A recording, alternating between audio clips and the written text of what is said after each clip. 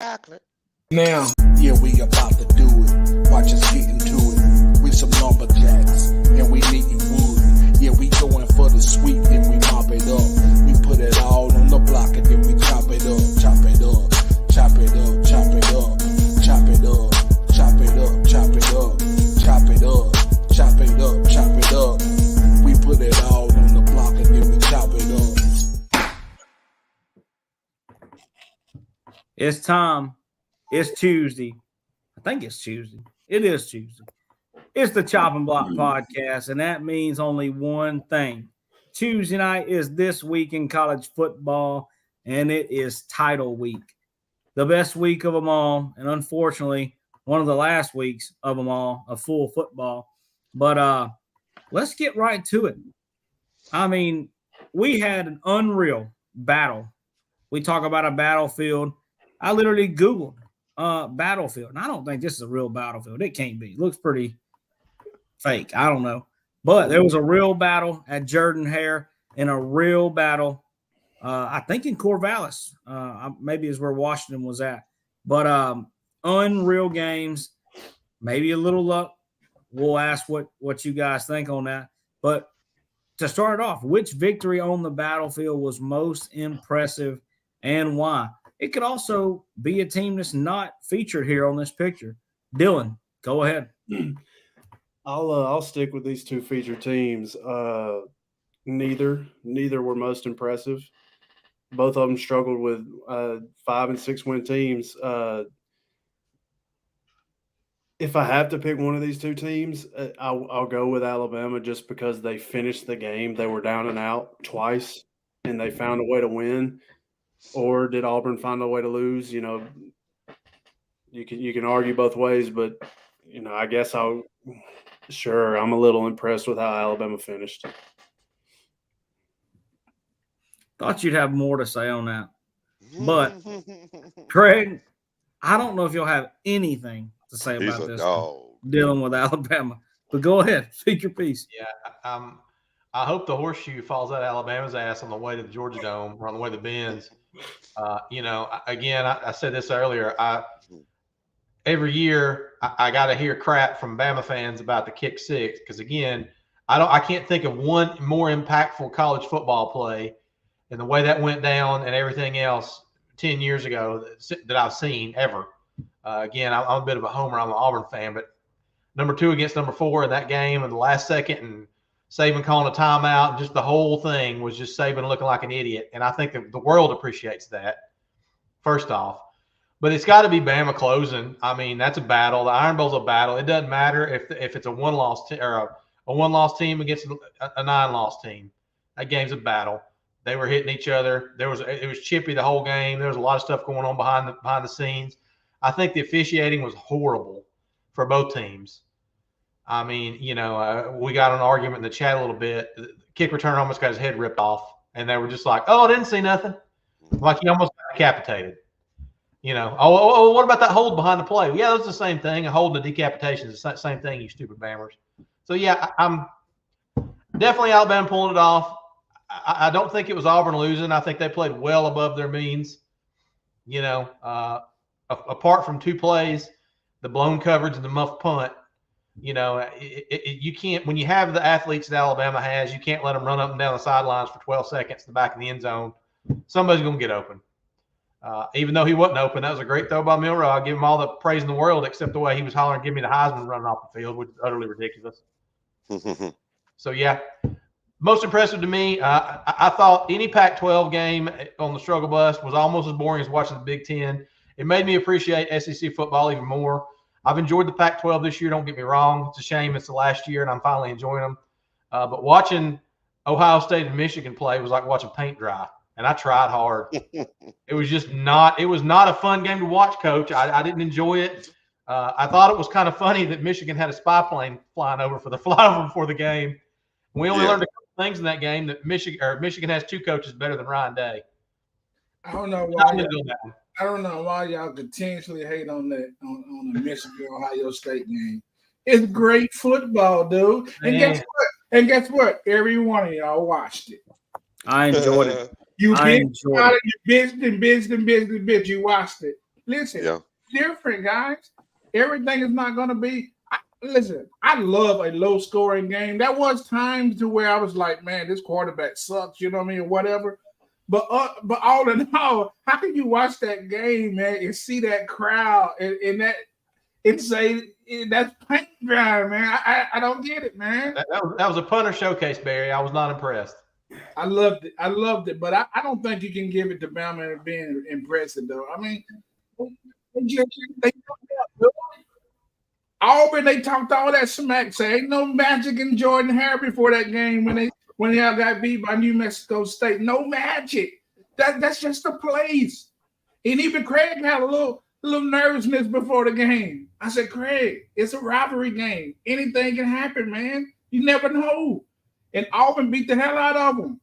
You know, they put it on Bama and just at the end had a debacle. So I don't see how that could be an impressive win to me. They just lucked up.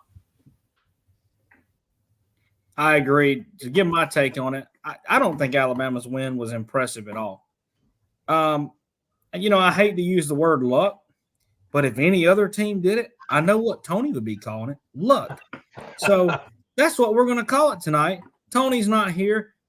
He ran away somewhere for the SEC championship week, but I thought this was Tony's time to shine. So it is a shame, but it is Washington, the most impressive victory this weekend. I mean, going to Corvallis, looked like the conditions were absolute shite, and they just win. That's what they do.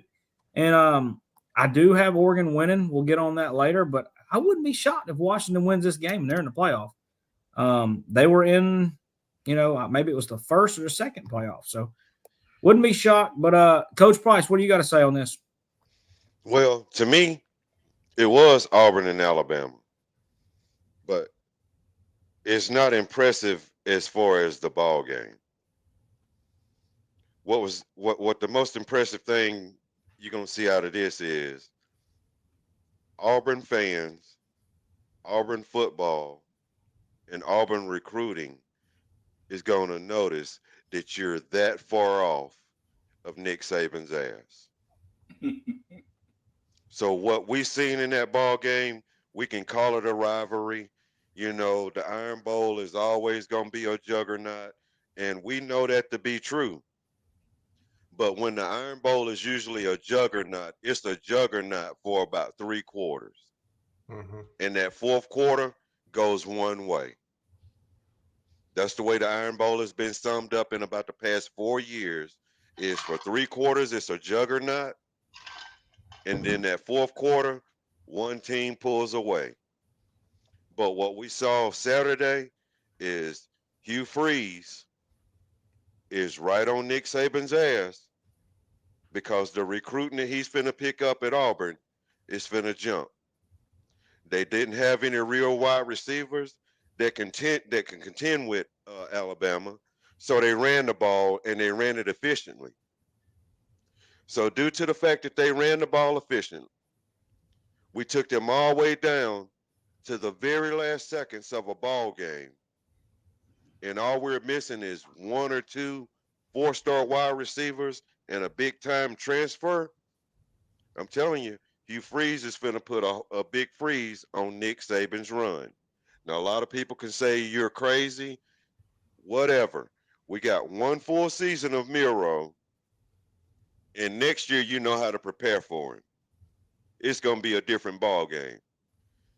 Now, the only thing that I don't like that Auburn did is you've been pressuring this guy all game. He's been getting outside the pocket all game. He's taking off and he's running all game. And now he's got 31 yards to win a ball game because all you can do is score a touchdown. A field goal is no good. We're 4th or out, and y'all choose to rush 2 and give him time to sit back there and throw when you should have been rushing him like you did all game. Because if he's got 31 yards to go, the minute he's got 30 yards to go, we putting 11 hats on his ass. Facts. And that would have been the ball game. Ball game. So to me, I was unimpressed with the way Hugh Freeze tried to finish that game playing safe with Miro, but I'm really impressed at knowing that Hugh Freeze is really finna turn this program around, and the recruiting is gonna go up for Auburn because of that ball game. Because for so long, Alabama has ran the state, and now it's time for a change. And Auburn is that far away from their recruiting, and I'm telling you, they'll be right on. Coach, you brought a tear to my eye. Yeah. Well, before I throw it to Jared, let's just be honest. Alabama was softer and moister than Auburn. Jared Cole, what do you got to say? Well, it's always impressive when you win. I mean, that's what you're supposed to do. That's why you play the game, is to win the ball game. The most impressive thing out of both of these games is that Cam Ward at Washington State will be a big-time quarterback at a major university next year. That's my biggest takeaway from this entire game. But I mean, the Alabama win to me. I mean, yeah, you won. The last play was impressive. I'll give it that. The last play was impressive. It was impressively stupid that you rush two and you run a spy. I mean, you wasted your linebacker. You played with 10 guys on the field right there at the end of the game.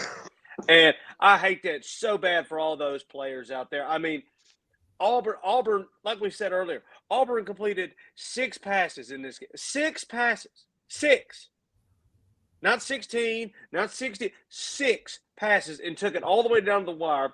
And a fumbled punt at the end of the game leads to this.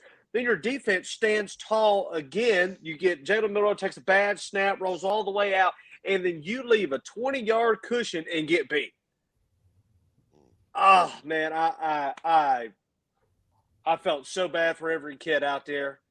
That was unbelievable. That will be the only thing I strike Hugh Freeze for in this game is he. Now, granted, not the D coordinator, understand. But at the end of the, hey, man, we're rushing 2 guys. 2 guys. I would have just ran my regular defense, to be quite honest. The regular defense worked all game. All game. And, and if Isaiah Bond beats you deep one-on-one like that, hey, man, I'll take that. Because, like I said before this game, those Auburn DBs are seat belts, man. Seat belts. I don't know what recruiter on the back end that Auburn has for DBs over the last 5 to 8 years. I don't know who that person is, but them cats evaluate talent like I've never seen. Auburn ran it down their throat all game. All game. I don't know what they finished with, 242 yards or something like that. I mean, ran it down their throat. Kudos to Auburn. Yeah. I mean, kudos to Alabama for sticking with it at the end. I mean, the name of the game is to win. And, I mean, you did that. Congratulations, I think. Washington, they got thrown for 317 yards on them. Granted, they found a way to win. Completely understand. I didn't finish either one of these games and go, wow, that's an impressive football team. Yeah. But I mean, they're both rivalry games. And anything can happen. And the Alabama team we saw Saturday against Auburn is not the same Alabama team we're going to see Saturday against Georgia. It's just not it. And it's not going to be the same team they saw against Tech. It ain't. It just ain't. True. That's one thing about college football. When you get these big-time matchups, we're going to see 2 different teams, and we'll probably see the best of those 2 teams. But before we get to that matchup that we'll talk about, Georgia and Alabama, Michigan, the Wolverines. Unreal. I mean, you have all these allegations. You have the suspension of your head coach, the firing of multiple coaches, and then you go and defend your turf and drop the Buckeyes for a 3rd straight time. It's unreal. I'll tell you what I got to say later on this game. I'm going to go ahead and throw it to Dylan. Looks like he's going with Milroe this week. We'll see how that goes for him on Saturday. But Michigan Wolverines, they do it again, Dylan. We wrote the book. We wrote the script on this year's season at our first show this year. We said, look, what's going to happen when Ohio State goes 11-0 and then loses to Michigan again? They're going to talk about firing Ryan Day. Now, they're probably not going to do it, but if he does it again another year, they're going to ship him out. Like, losing to your rivals in college football gets you fired. I don't care what else you do. Now, talking about the gameplay, one thing I was really impressed with. Y'all know I hate the Big Ten. I think it's trash offenses hidden behind people say it's great defense. It's not. The one thing I will say is when Michigan had to make big time throws, McCarthy made them. Mm-hmm. I think there's a reason he was a Heisman favorite for a couple weeks. I don't think he's as impressive as a lot of people are saying, but he's a winner. He makes the big throws when he needs to. And, I think, of course, now they got a really tough game against a team averaging 14 points a game. So maybe they'll get in the playoff. Yeah. All we've heard, from the CBS crew now that they're going to the Big Ten is how great Iowa's defense is, and they could win by scoring a safety. Yeah. Get out of here. Don't be surprised if Michigan puts up 50 on them. Yep. And Michigan ain't that great on offense either. But that's what they want to keep lying to us for some reason, make us believe something else. And it shows from the rankings we just saw tonight as well. Yep. Craig, what do you got to say on this? Michigan's punter played great. Great overall win. I mean, you can't – they're undefeated. You can't take that away from them. I'm not trying to discount what happens. I can just go by previous history. I mean, there's been one Big Ten team that came and snatched the national championship from an SEC squad, but usually these teams get squashed when they play SEC schools. I mean, that's just the facts. I'm not saying that to be SEC homer, even though I am an SEC homer. Congratulations, Michigan. That was an awesome win. Again, punter played great. 3 yards in a cloud of dust, 1986 football. I watched the game, and kudos to you. And you're right, the quarterback made throws when they had to, but I didn't look at the stat line on that game or how many punts they actually had, but it was a lot. There's a lot of punting going on. And again, I did learn that Harbaugh is he might be coaching from the spy plane on the next game. Is he going to be allowed at the Big Ten championship game or not? Yes. Yeah. Okay, so he'll be on the sidelines. All right. Well, the Prince of Khakis will be on the sidelines. So I'm with you, Dalton. I think Michigan's going to roll that game. I think that'll be a blowout. I don't think there's any chance of that. And we'll talk about the playoffs later on down the road. But not my kind of football. I enjoyed it. Don't get me wrong. It's college football, and it beats the alternative, which in a couple weeks is going to be nothing. So I guess I'd watch Michigan play more than I wouldn't watch any football at all. But it's not my favorite. I still think if they make the playoffs, unless whoever from the SEC gets in catches a key injury, they're going to get squashed. I don't think Milroe up there was talking about their great defense. Let's see what kind of great defense they got against Oregon or Washington. Yeah, it's called none. It's called they're going to get 70 put on them. That's what that's called. I think they scored more points in this game than they did in the Iron Bowl. Probably did. Well, Coach Price, what do you got to say about this? Well, it's like Dylan said. At the beginning of the year, we were talking Michigan. That's how it all got started, that Barry started defending Ryan Day. Ryan Day was on my hot seat at the beginning of the year, along with Dabo. But the one name nobody's talked about is the one name that I mentioned at the beginning of the season that I said probably would be a Heisman candidate, and he never got there because it needed to be more of a shakeup than just quarterbacks, and that's Blake Corum. And who beat Ohio State? Blake Corum. Mm-hmm.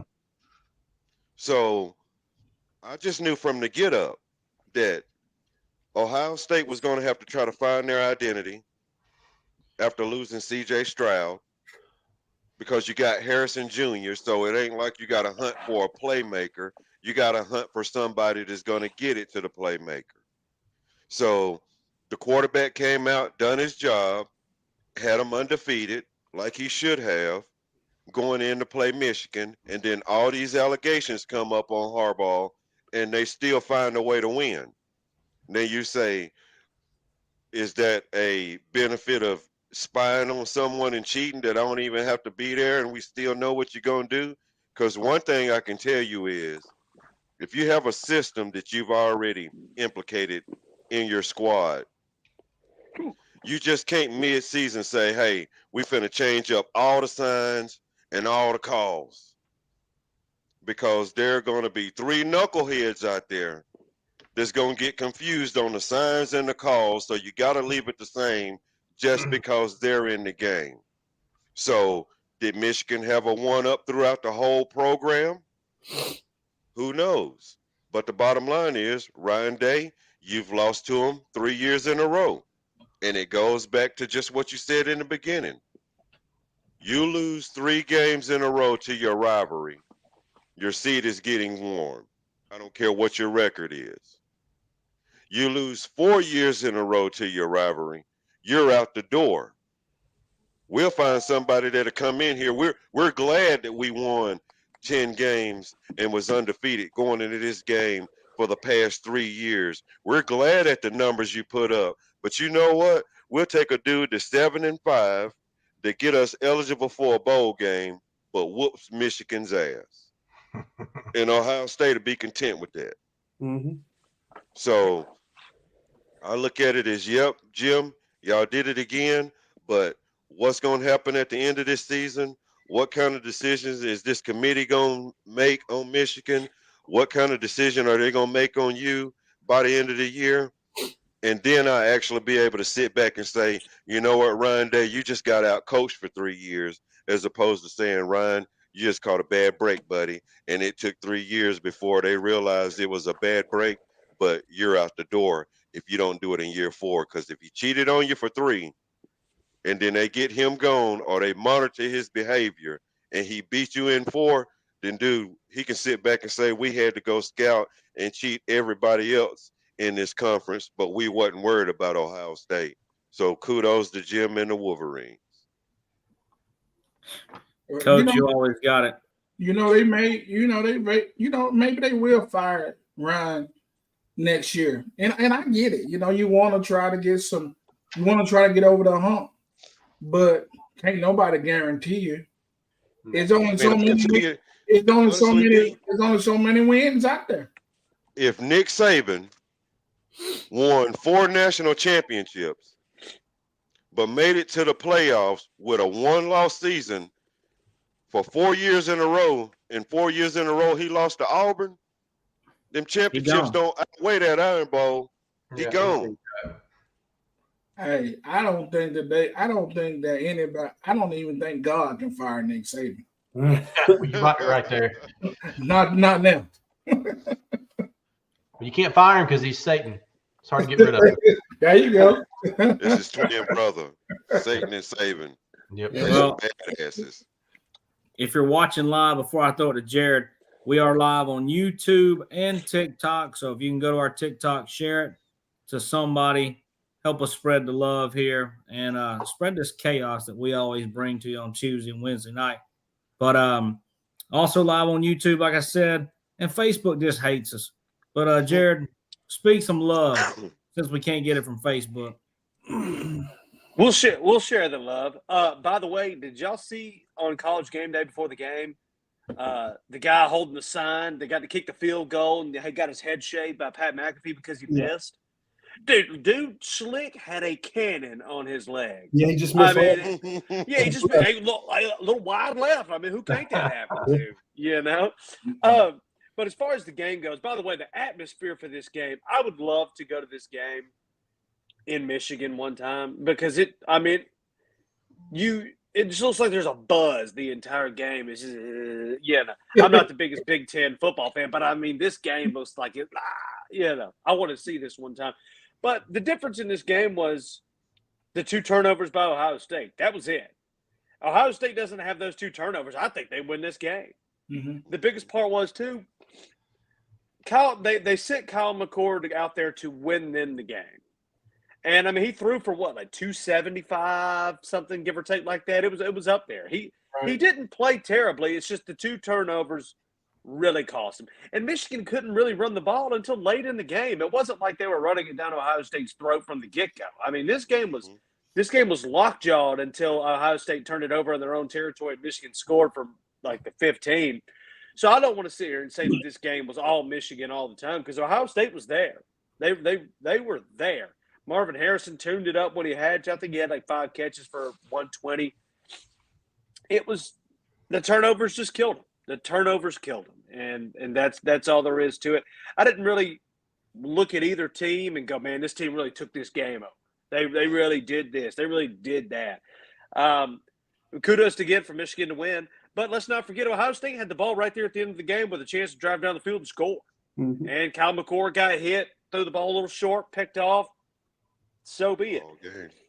This was one of those games. This is the game that I was hoping we would see. I wanted it to be a dogfight. I wanted to see a little more high scoring because this game, I think, over the last 4 or 5 years, has hit 60 every time. So it was a great game for me. JJ McCarthy, I thought, was efficient as hell.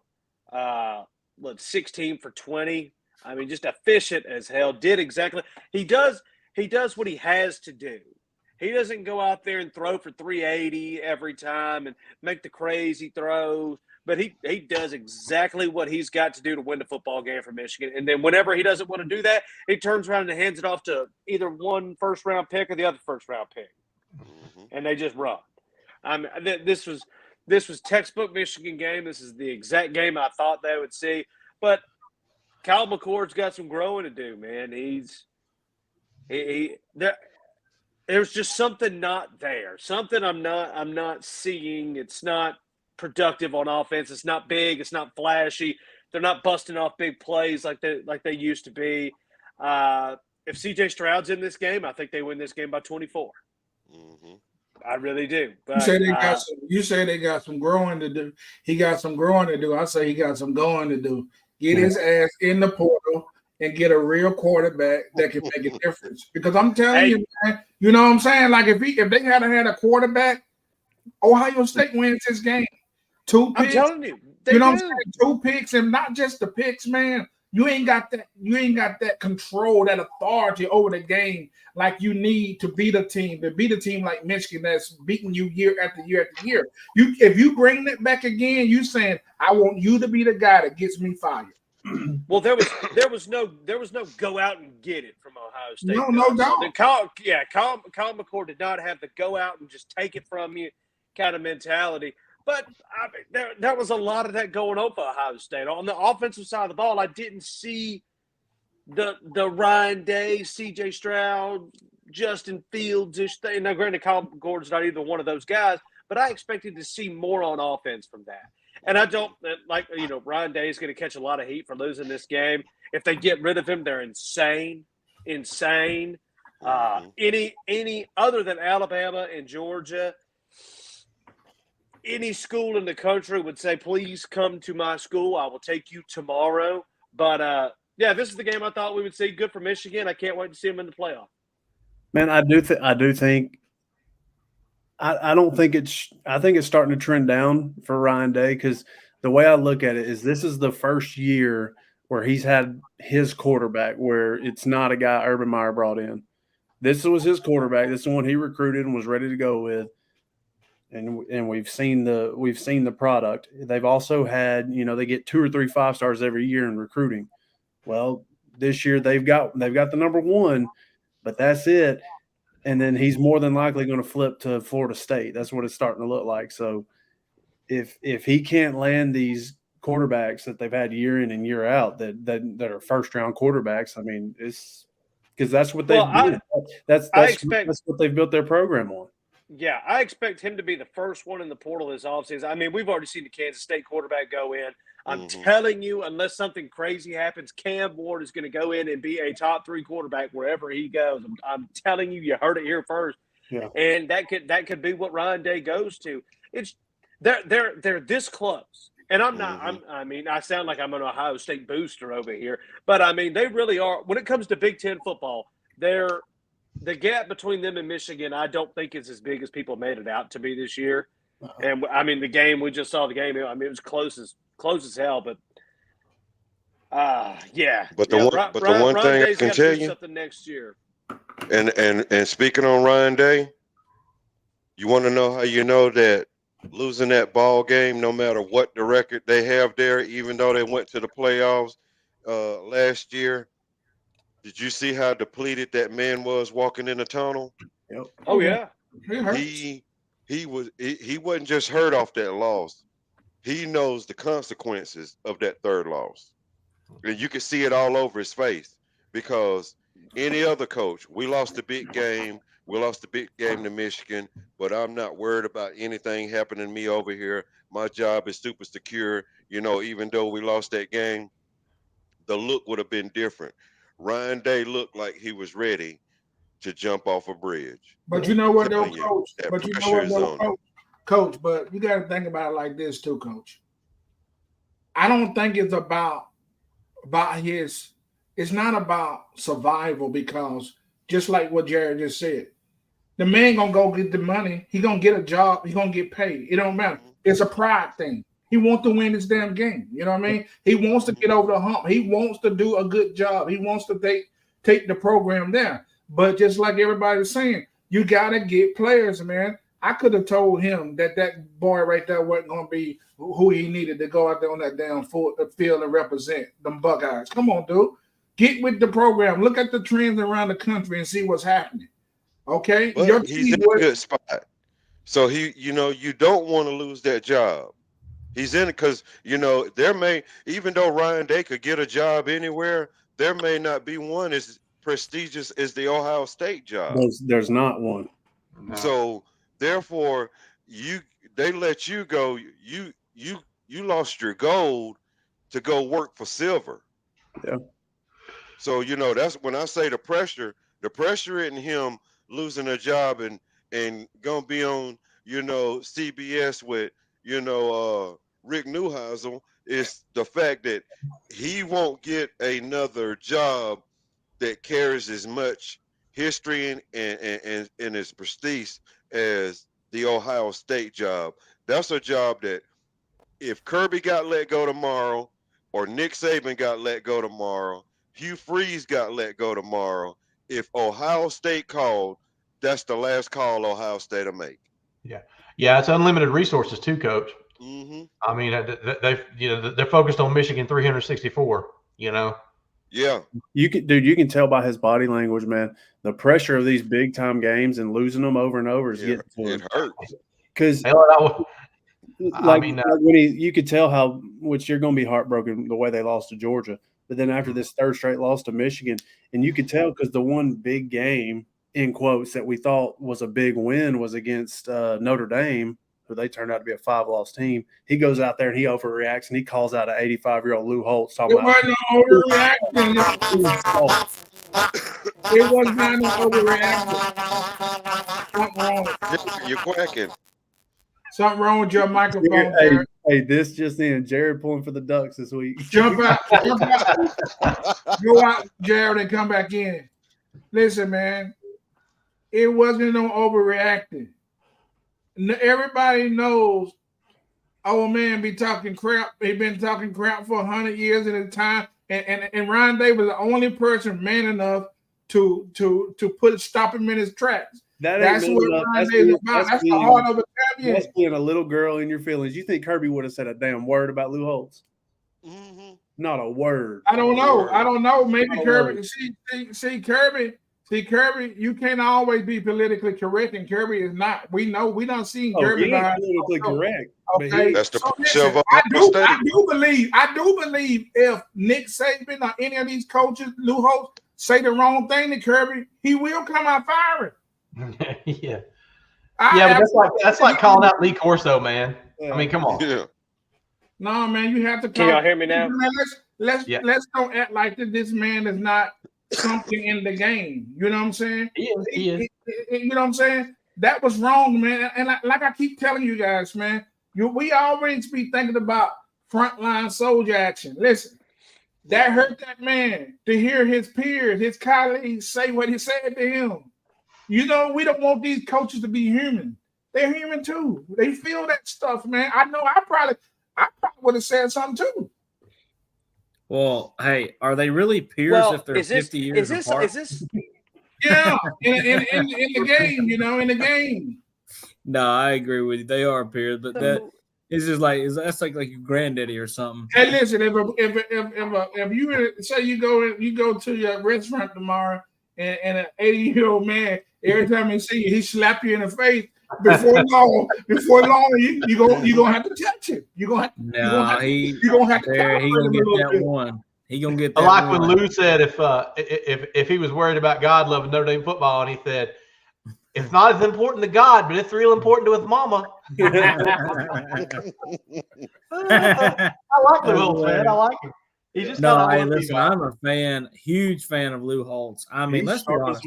His segment with Mark Mays on every Saturday night, must see TV. And when you think about how when they recorded that show, a lot of people don't realize this. That's at like 2 and 3 and 4 in the morning. Yeah. Because like it's literally after the Pac-12 games, they're out there doing their thing and they probably sleep all Sunday. But man, that show, that's the downfall of ESPN. You know, when you take stuff off like that, you should be a damn shame to yourself.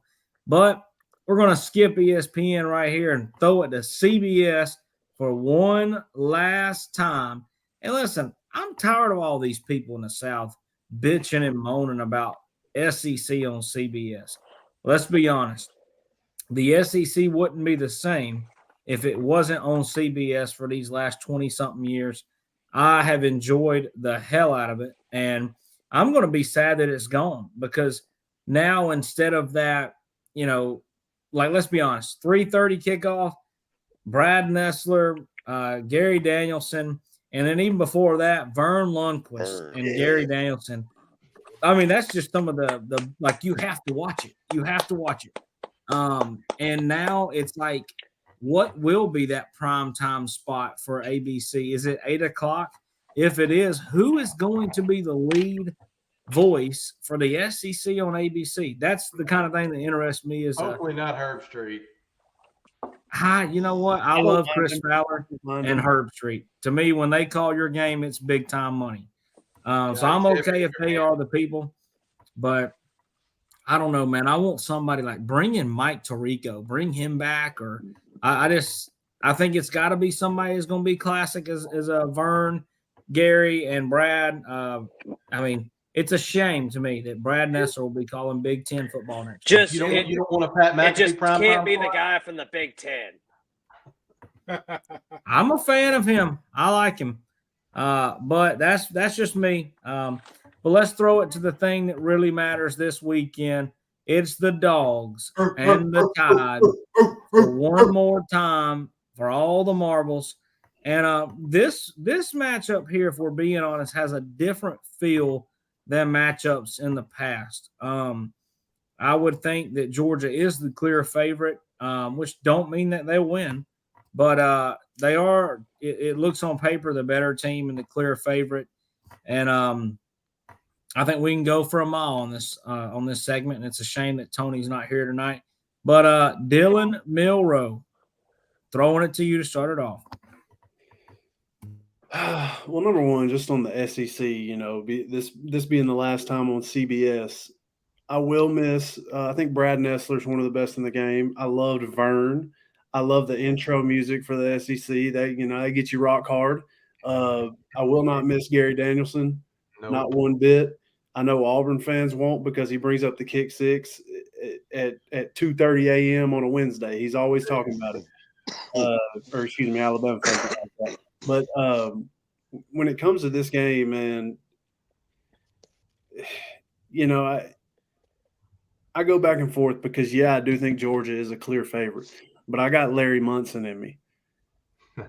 I got years of Larry Munson in me that I know what can happen.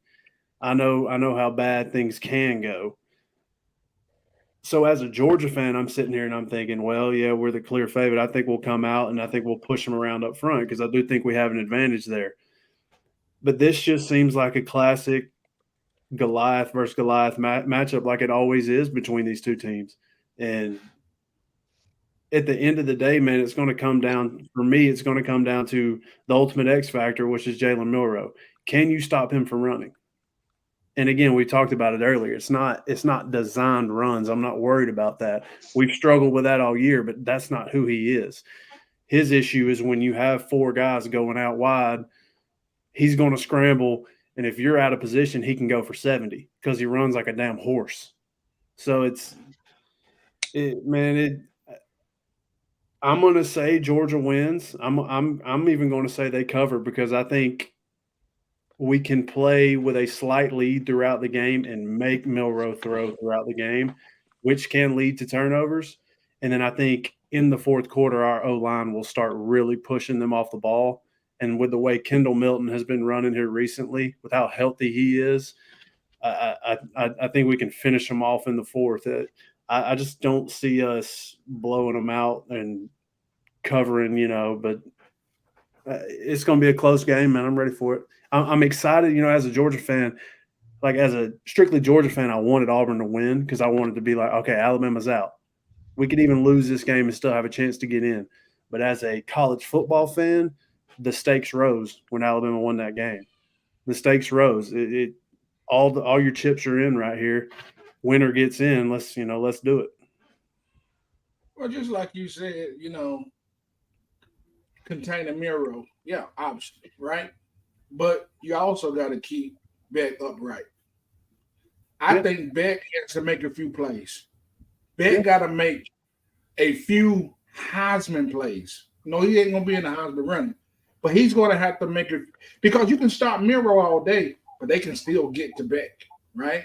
So if it's really to me more about this whole game, it's going to be about Georgia's front O-line. Georgia O-line have a good day. Give Beck some time. I think Georgia do roll. I'm because very one thing about Georgia's O-line, and I think that's the name of the game because now and here's the other thing: if the Georgia defense can play just good enough to get y'all a comfortable lead, who is Miro then? When Miro gets behind, he start panicking, dude. Yeah. He get a little crazy, get a little skittish. Yeah. So all I'm saying is, but if you don't contain him, he's gonna kill you. I mean, we know that. That's the big thing about it. But I think Georgia will. I think Georgia can impose their will, and if Beck makes a few plays to where he says, "Hey, I'm that dude. I'm not Stetson, but I'm that dude, and I come to play today. And I don't care if you got them A's on the side of your head or I don't care nothing about them Bama's. I'm coming to play for the Dogs, which is what Colton McCord didn't have in Ohio. If he bring that dog to the game, I like Georgia. Yeah, I think we're looking past one of the biggest matchups of this game. The DBs of Georgia. I do not think they are going to get much separation at all to give Milroe, these wide open bombs that he's throwing sometimes. And let's be honest, if Alabama comes out and tries to pass the ball like they did against Texas, you could have 2 early interceptions, and I wouldn't be shocked.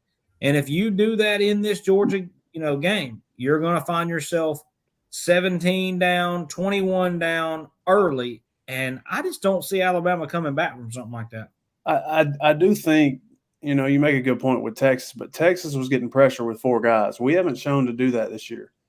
And Alabama and Milroe has shown if you give him 6 seconds where he can run around and buy time, dude, I don't care how good of a DB you are, you cannot guard for 6 seconds. It's hard to do. So not those guys. If you can't, if you can't keep him from running around and buying time, look, he don't have to be perfect. Just throw it as far as you can. These guys will go get it. You're so right. You're so right on that. But I think the biggest thing that we have forgotten, and we've become so accustomed to it because both these teams are such just high level teams. We don't think about that. This will be the biggest game either one of these quarterbacks has ever played in. Bingo. This game means more than anything they've ever played in. Carson Beck has come out and been just a statue of stability all year. Is this the game where he comes out and freaks out a little bit? Is this the game where it's been are the lights too right? It's like we said a minute ago. We saw Jalen Milroe at the end of that game yesterday. Man, he's freaking out. He's running 5 yards past the line of scrimmage, trying to throw the ball. He's running all the way down the field, take to take. I mean, these things are going to be a huge factor. And I mean, right there in that picture, right there. And I think this is an understated part of this game. That number 5'3" right there at Georgia's center. He has played this game. He has been there, and will he be the stability? Can Van Pran be the person on offense to, hey man, let's settle in, let's run the damn football, and let's just beat it down to the throat. Now the big thing too is the last few weeks Georgia has not played well against the run. Ole Miss had Judkins had a great game on the ground. Now I know we saw Jason McClellan kind of going off the field the other day, and what was he on, crutches or whatever? Yeah, so it doesn't look like he's going to be 100%. And I know TJ was talking about that don't make no difference.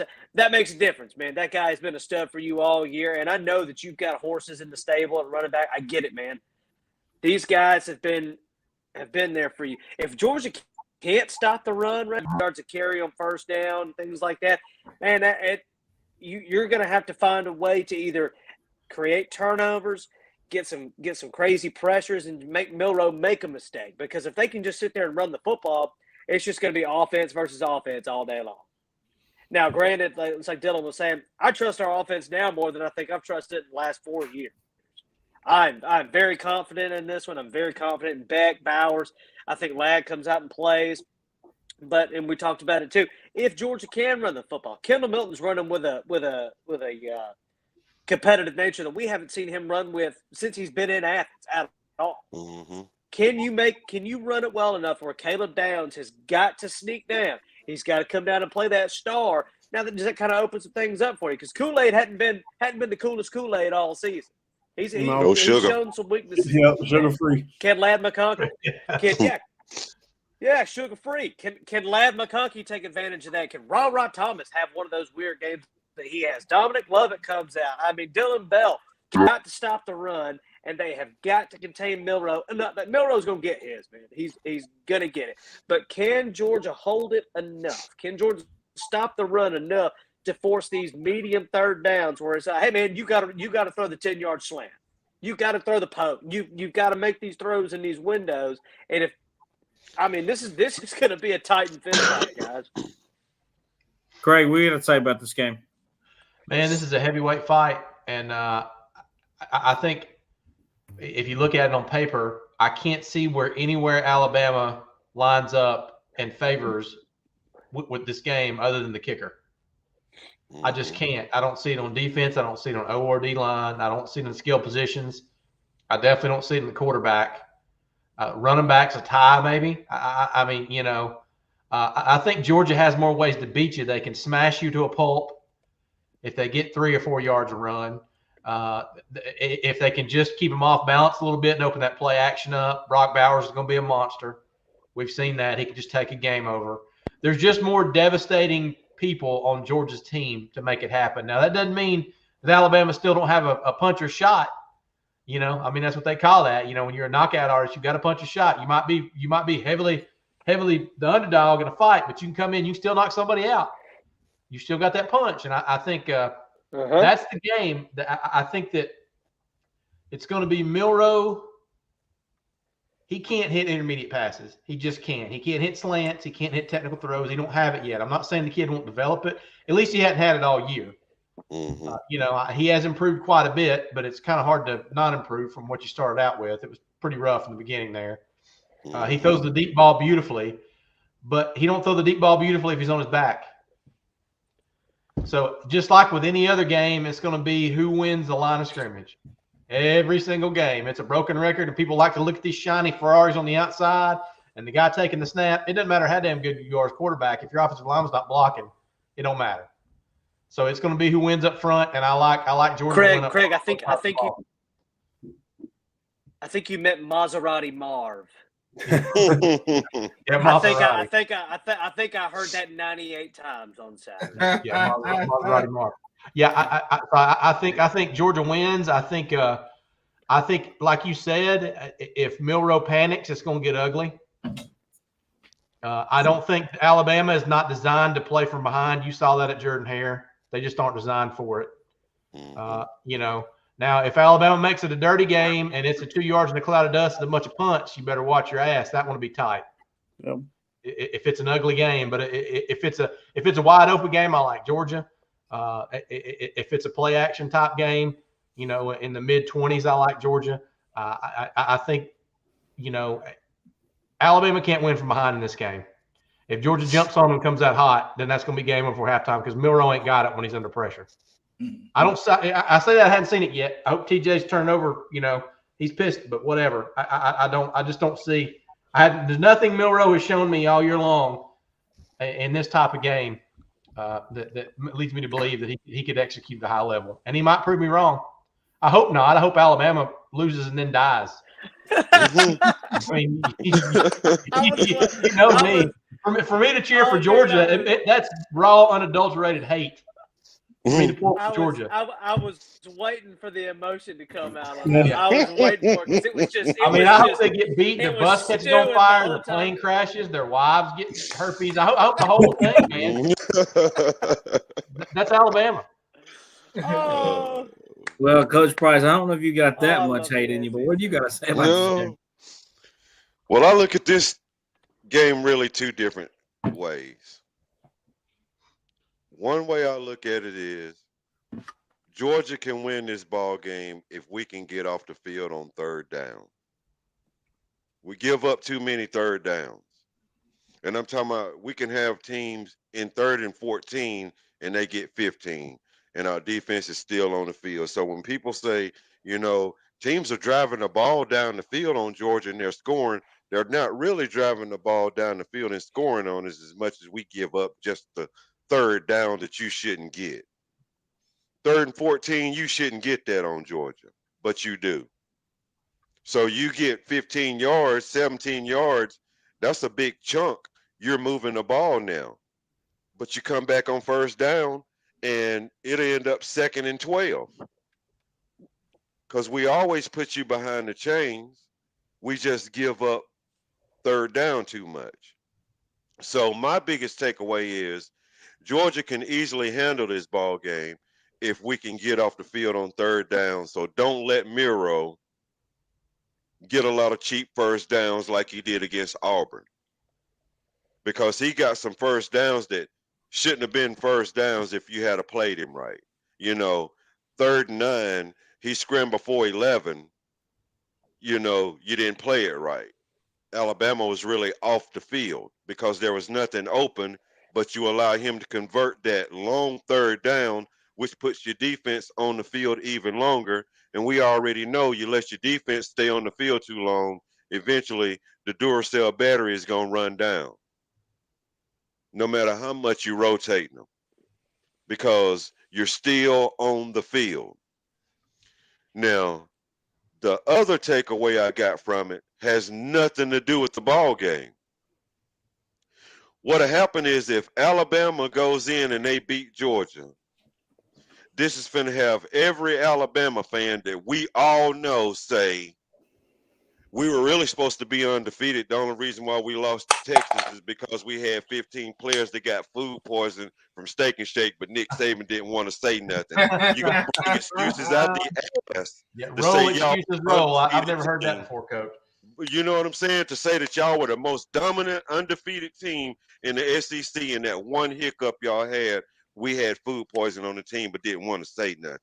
You always got an excuse for something when something good goes your way to try to counter the bad, which was Texas came out and whooped y'all's ass.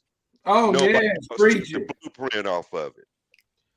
But the linebackers that we got is C.J. Allen. We can run with Miro. Kirby can go out and run the same style that Texas ran on him. But I'm going to tell you one thing a lot of people hadn't noticed about Kirby Smart, which makes me say the man is damn smart, and y'all haven't figured it out yet. In the first half, you drive the ball down the field. You go into halftime, you've scored 21 points on Georgia. And everybody said the Dogs are in trouble. But in the second half, you come out and you're lucky if you score. Well, you know why that is? It's because I've been peeping what Kirby and Muschamp been doing over there. Don't make no adjustments. Let's just go out there and shift him over a little bit, but keep it the same. Don't make no adjustments. Because what team is going to go in at halftime scoring on you and going to make adjustments? None of them. You know why? Because they think their shit is working. And then Kirby comes out in the second half and he made adjustments. Now you're forced to get on the sideline and try and draw it up in the dirt when you could have made them adjustments at halftime, but you didn't make them at halftime because you didn't think you needed them. So you look at the South Carolina game. Oh, look where they at with Georgia at halftime. Look at Tennessee and the rest of them. Look where they got Georgia at halftime. Missouri, look where they got them at halftime. Georgia Tech, look where they got them at halftime. But then notice you come out in the second half and you didn't get squadooley. And you ran the same thing you did in the first half that you thought was going to work in the second half because you thought Kirby was trying to make adjustments and they can't stop it over there. He can't adjust to it. He ain't making no adjustment. He going to just go to halftime, make the adjustment because you think your soup's still good. So whatever Alabama does, it's going to look good in the first half.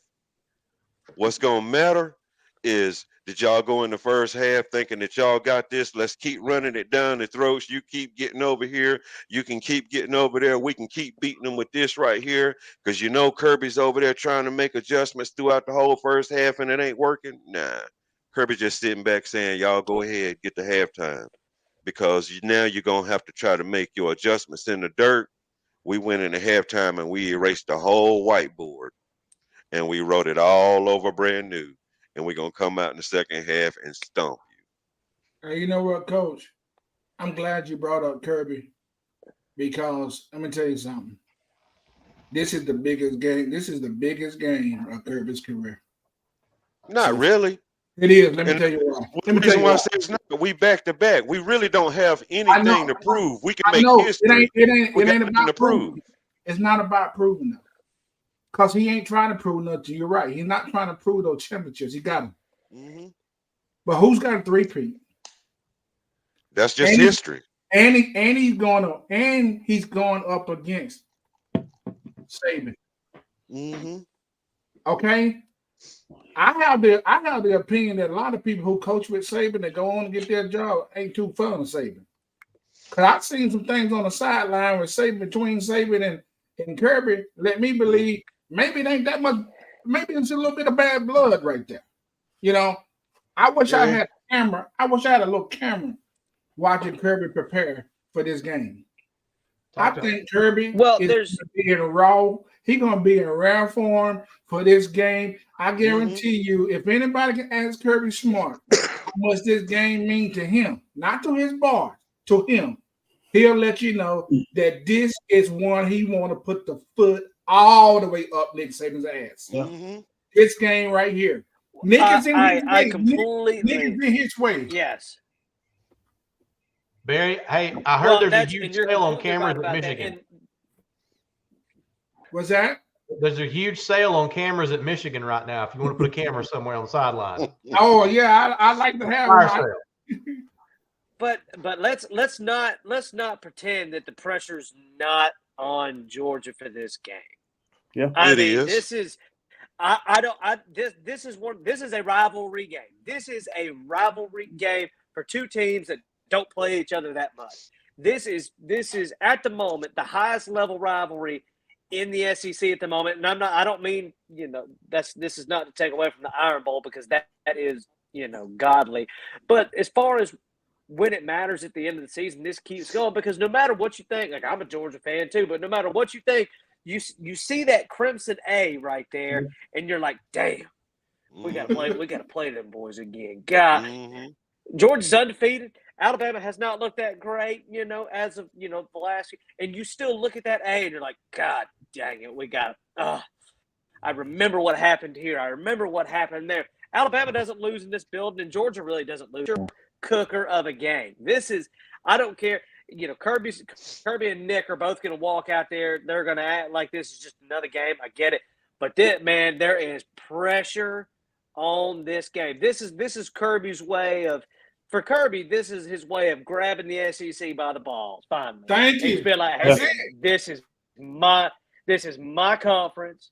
I've taken it from you, and this is Nick's chance to grab it back and go, hey man, I know you've grabbed these last 2 men, but I still run this show. Yeah. And I'm telling you, man, this is a pressure pack. I don't give a crap what Big Ten noon freaking kickoff you have. I don't care if I know how Ohio State. I don't give a crap about any of that.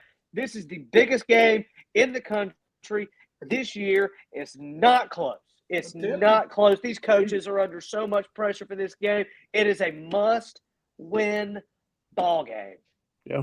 But it's what I've been saying all along. It's Georgia and Alabama and everybody else. Yep. Hey, you know what I see when I see that G and the A? It's called November. Yeah. That's just every November for me. Yeah, dude. I mean, this and it keeps. You knew this was coming. You knew this train was going to wreck right here. You knew it was. I sat there all day watching that Auburn game, and this is the only thing I can think about. Is we're about to meet next week in Atlanta, and it is going to be an absolute train wreck. I mean, these are two of the heaviest heavyweights you've ever seen going at it. These are two of the greatest coaches coaching some of the – I mean, think about how much freaking talent is in this game. Oh, yeah. Think about how many 5-stars, 4-star. Think about how many NFL players are on these two teams. And they're about to go at it all game in the most pressure-packed environment. This is the national title game, and what you can say whatever you want. I don't care. These are the two best teams in the country. I know one of them's 8, one of them's 1, whatever. I mean, dude, this football at all. If you like SEC football at all, there is no place else other than a funeral or the hospital that you're going to be at Saturday at 4 o'clock.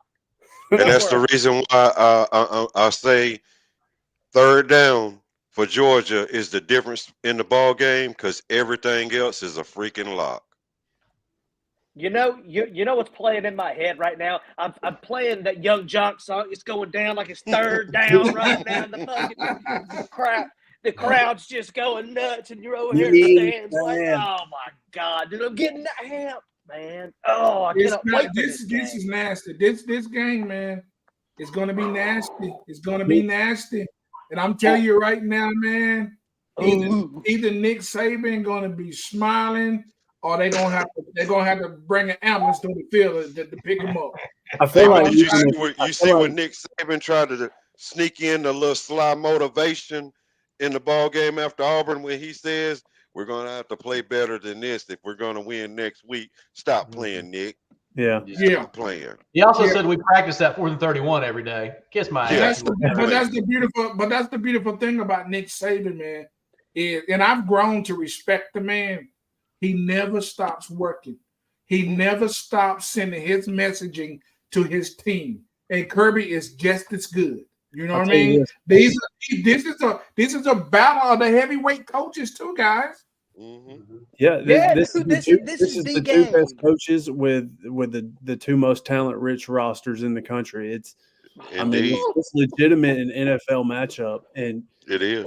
There's only one thing I'm more excited about than this game, and that's the pregame and the halftime speech getting leaked. That's what I'm ready for. Oh my! I can't wait. One. Yes. Yeah, that's what I was saying, man. When I said I wish I had a camera, because he's gonna be lit. Well, hey, I don't know if we can have quite of the matchup and quite of the passion that we have for this game, but this next matchup has a lot riding on it.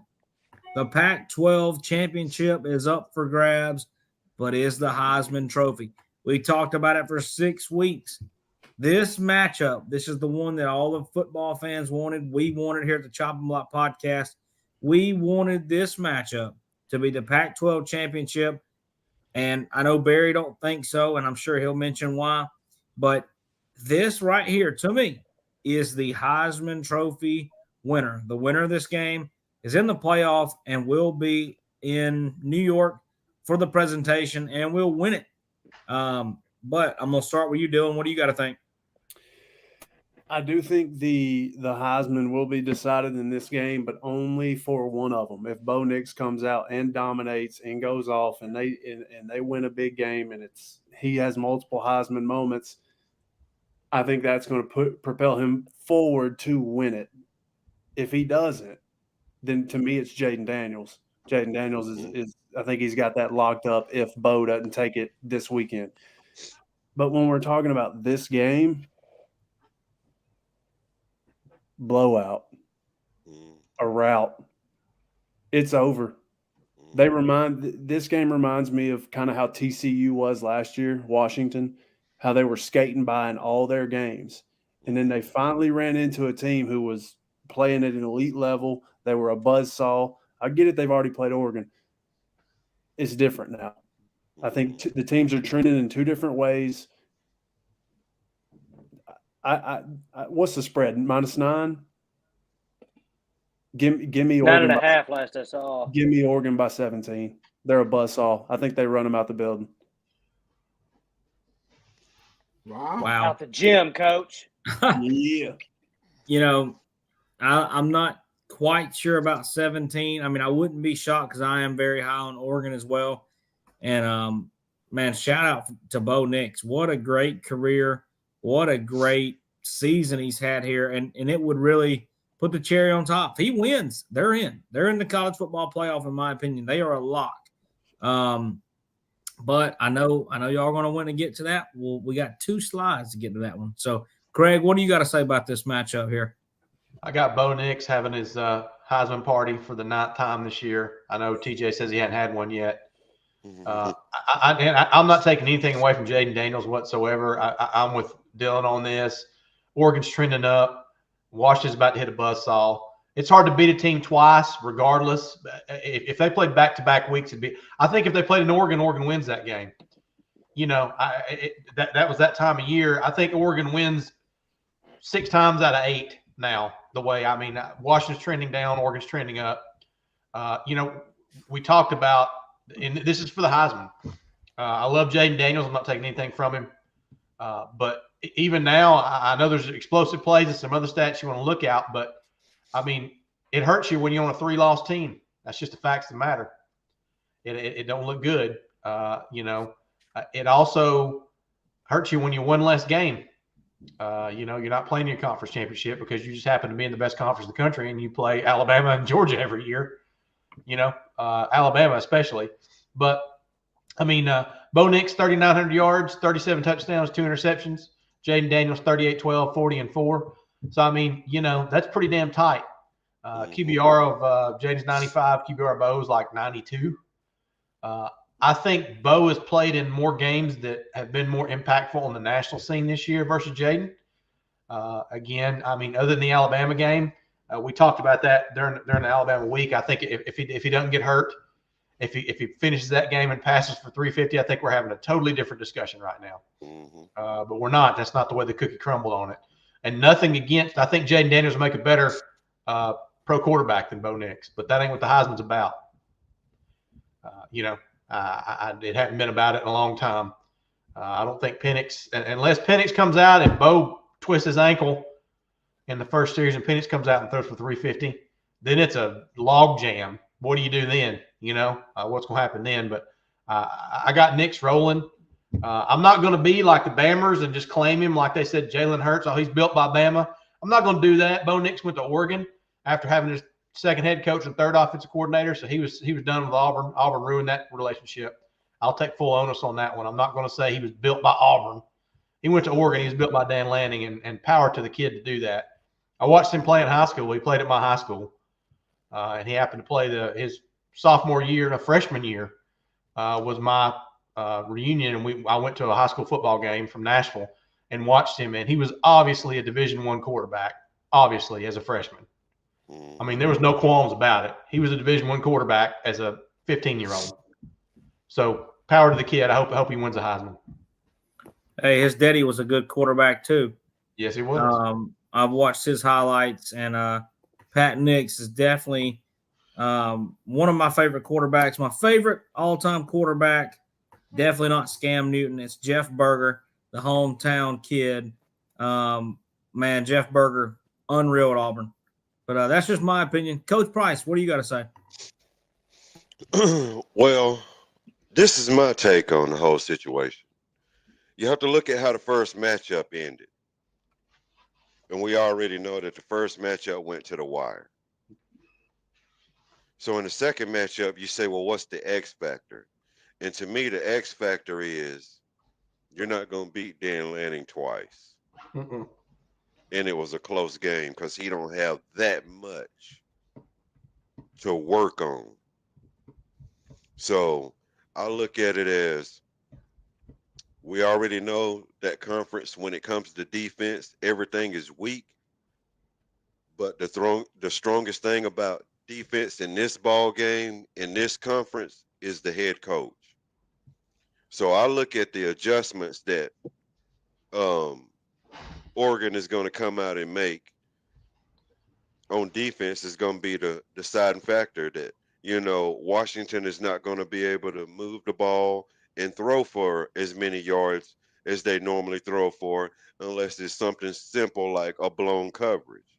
But it's nothing that I can see Washington is going to take advantage the entire ball game on Oregon or Oregon's defense this go round, being the second go round for more marbles than what it was the first go round. I just don't see Washington being able to stop them, considering the fact they're pretty much doing the same thing.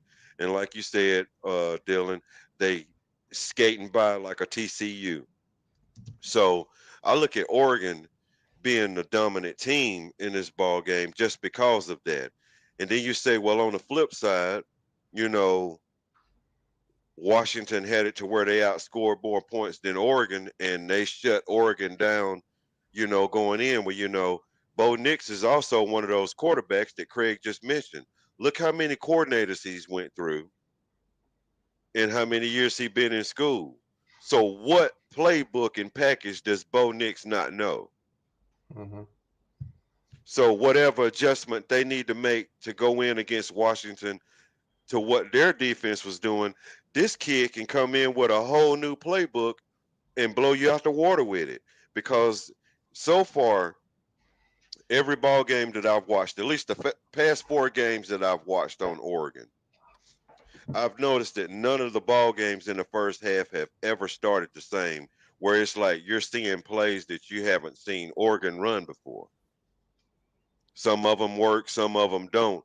But if that play had to work, good God, even the commentators would say, if he had just took a little bit off of that, he was wide open with nothing but green grass in front of him, he would have easily scored a touchdown. That's a play you hadn't seen before. The timing was just off on it. But what you going to do when the timing is on now? So I look at Oregon just having the offense that's going to be a little bit more potent than what Washington is going to bring. The only thing Oregon has to do is cover those 3 dadgum awesome wide receivers that Washington's got that everybody overlooks because we want to talk about the quarterback that much. But those wide receivers, let's see what kind of adjustment that Dan Lanning and that defensive secondary makes in this ball game. And I guarantee you it won't come down to the wire and it won't be close. Dylan said 17. I can honestly say, dude, I see Oregon being able to beat these boys by 24. Yeah. Slow down, fellas. Hey, I forgot to mention too. Weather ain't gonna be a factor in this game, fellas. It's in Vegas.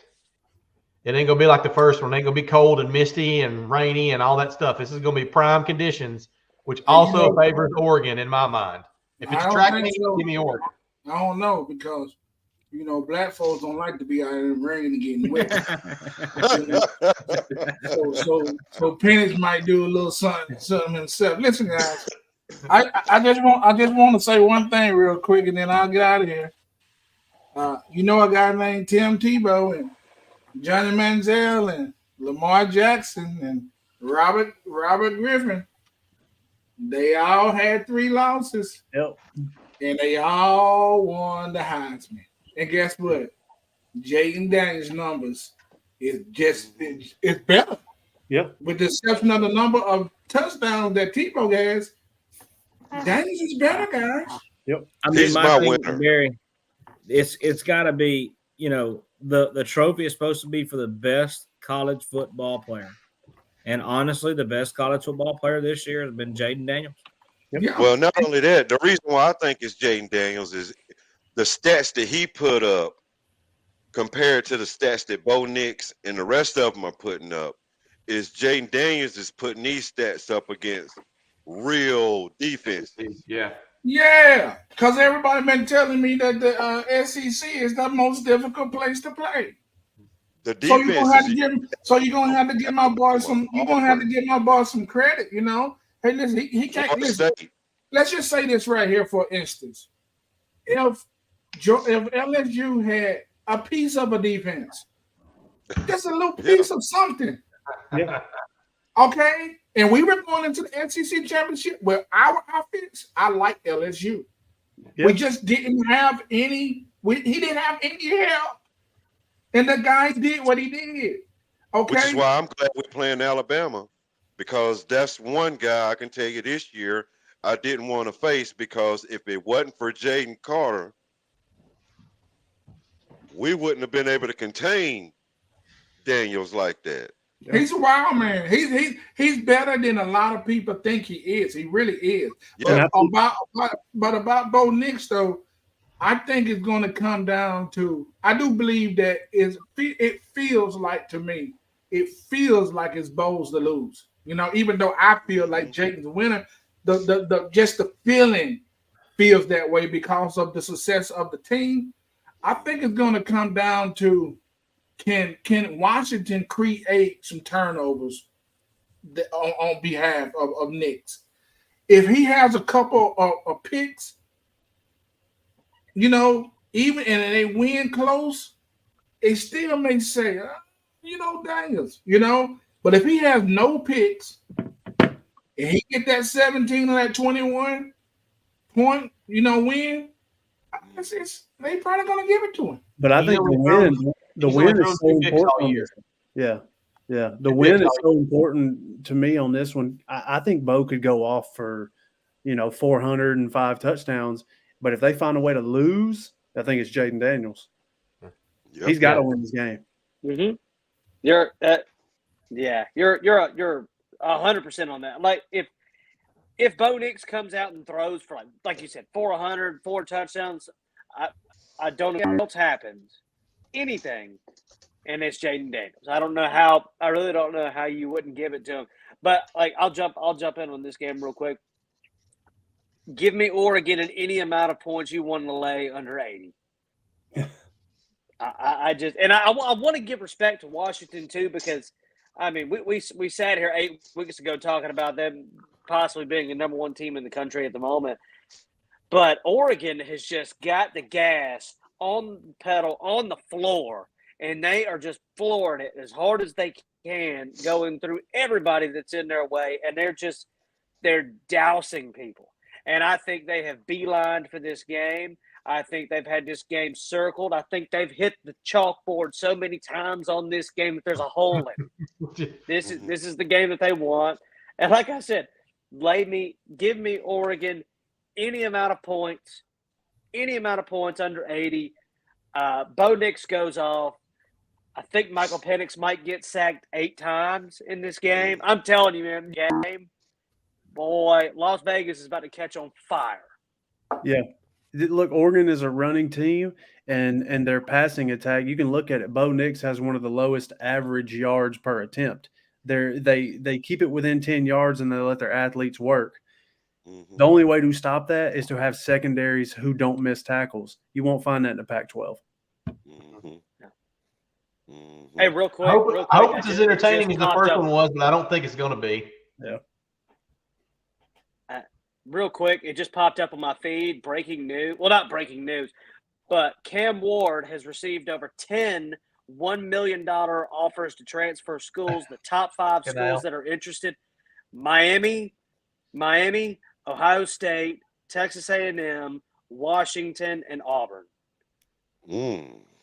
That'd be Did you just say? Did you say Auburn earlier in this segment? I mean, in this show? Did I hear that? Freeze is hitting the trails pretty hard, Coach. I bet it ain't just offers. I bet he's No. already received some compensation just for talking. Pick up throwing hookers in his window, Dylan. Yeah. I'm telling you, dog. you freeze now. He's been known to Hey man, hey, it's legal now, baby. Yep.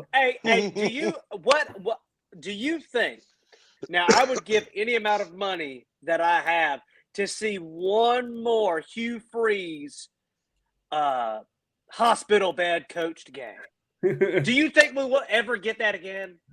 That Man, I hope was the not. greatest coaching phenomenon I've ever seen. I would give any amount of money in this house right now to see Dude, that one more time. I watched the day in the life of this, and everybody talks about wanting to be a college football coach. I don't want Hugh Freeze's job. Nope. I don't want Kirby Smart's job. I don't want Nick Saban's job. Man, these guys are recruiting every day, night and day, all year long, right, left, jumping on private jets, going to high school football games, doing the dance in front of the parents. There ain't no way I would want that. These guys work 100 hours a I week. would for them sacks that they got. I would. Man, I might could do it for a year. I'd be dead. I'd want to go Hey, to Greg. A&M so I can get fired in 2 years. That's why Munkin left. Yeah. Well, we talked about it. To me, I always said, Friday night football, hey, get the beer on ice because I'm ready for it. But let's talk about somebody who's not going to be ready for this weekend. And, man, let me just tell you, before I show this slide for all those watching at home, to find this picture here, I simply Googled Ohio State crying. And this is what the world showed me. And let's be honest, is there any better picture than Michael Jordan crying, plastered on somebody's body? I think it's hilarious. But is there any way back into the playoff for the Ohio State Buckeyes?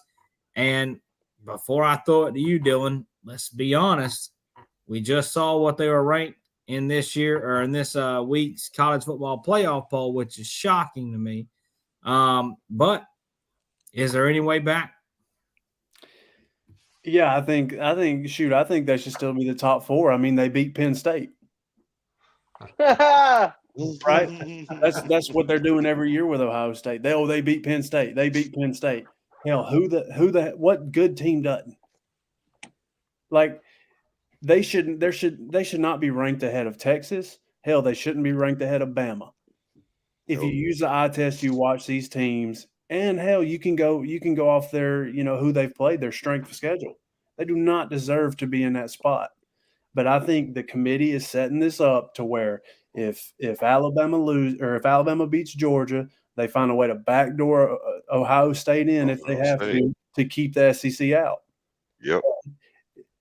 I'll never understand it. It is what it is. They shouldn't have a shot back in the playoffs, but they do. So this slide kind of takes it to our next one here. But Craig, what do you got to say about the Ohio State? I don't think there's any way they get back in the playoffs. I mean, it would have to be total chaos to erupt. I do think that even at the 5 seed. I do think at the end of the day, the powers that be, whoever you might believe in, understand how important it is to have a Georgia or an Alabama or a legacy type SEC team in the playoff.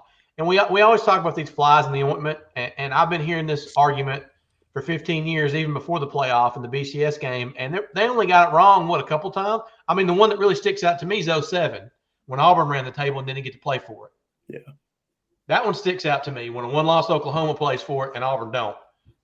But other than that, I mean, how many can you really name where somebody missed the playoffs that you just think, man, they really deserve to be in there? I can't think of that many. The only one I can think of is TCU in 14. Yeah.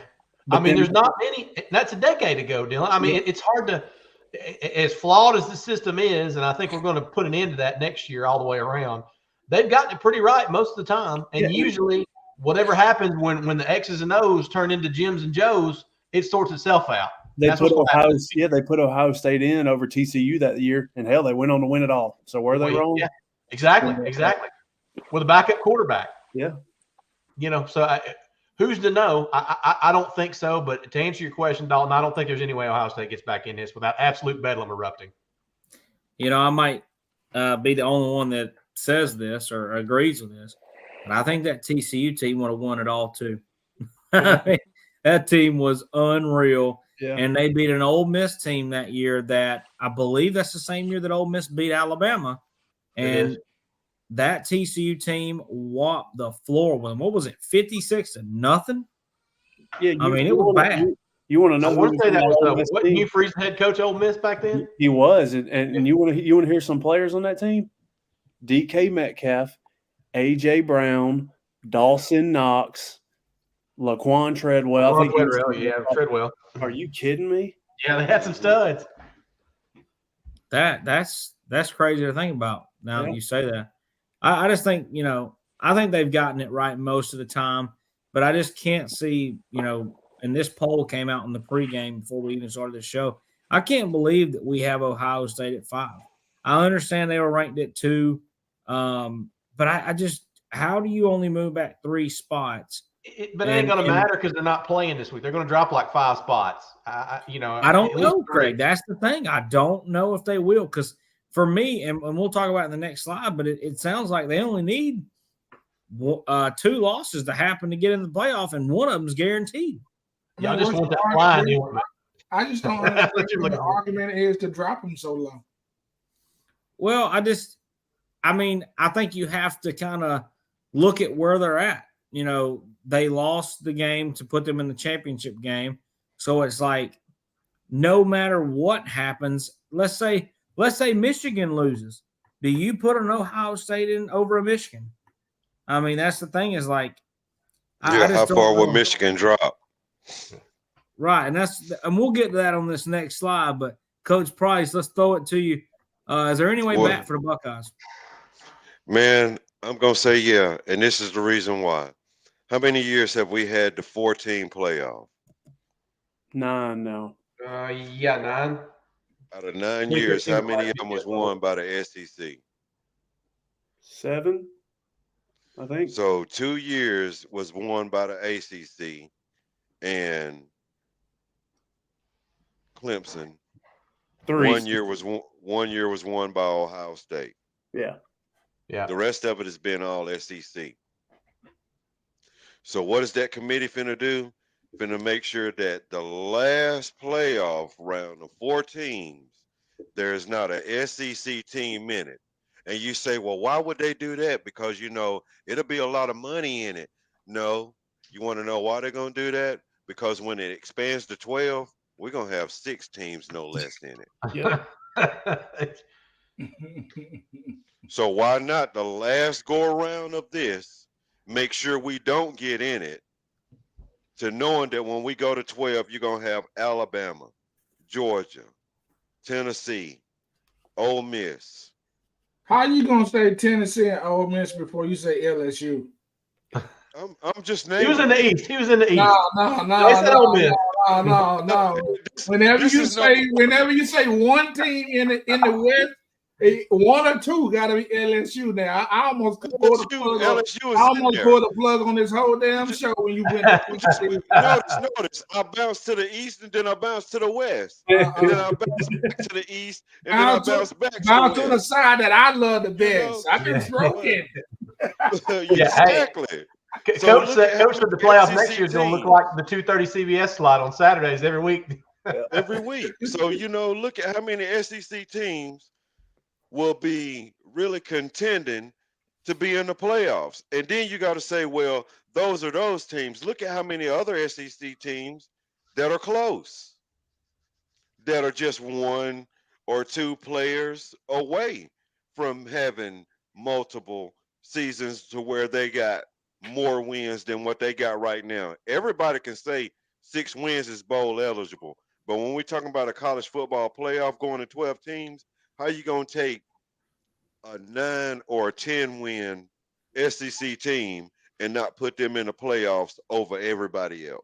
God, especially the schedules. Look at the schedules on the teams next year. Jesus, they're horrible. I mean, they're tough. Let's be honest. Wouldn't you love to see Missouri and Ole Miss into Kentucky. a playoff this year. I mean, yeah. I Hey, would Missouri's love a to see problem, Ole by the Miss. way. I know you guys have been saying that because you're in the East. Missouri looks like a little bit of a problem.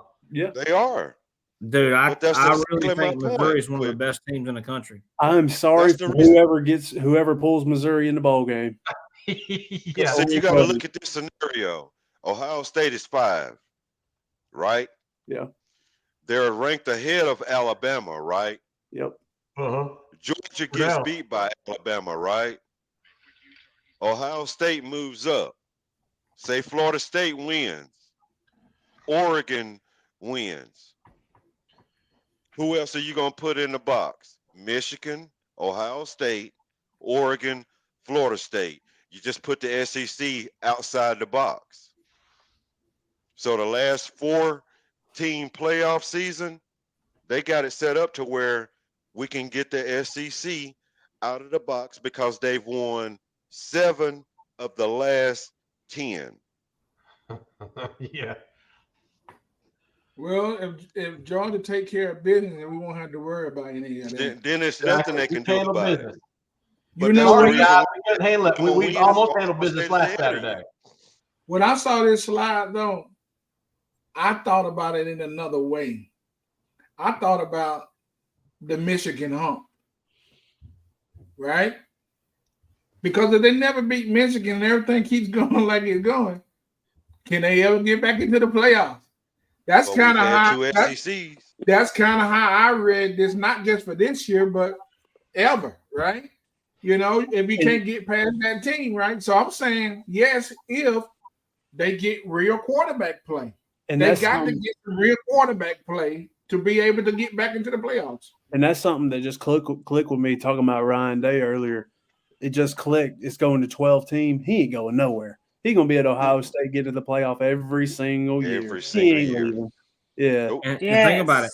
All he's got to do is not beat Michigan. Yeah. They've already They proved don't- one year he got in.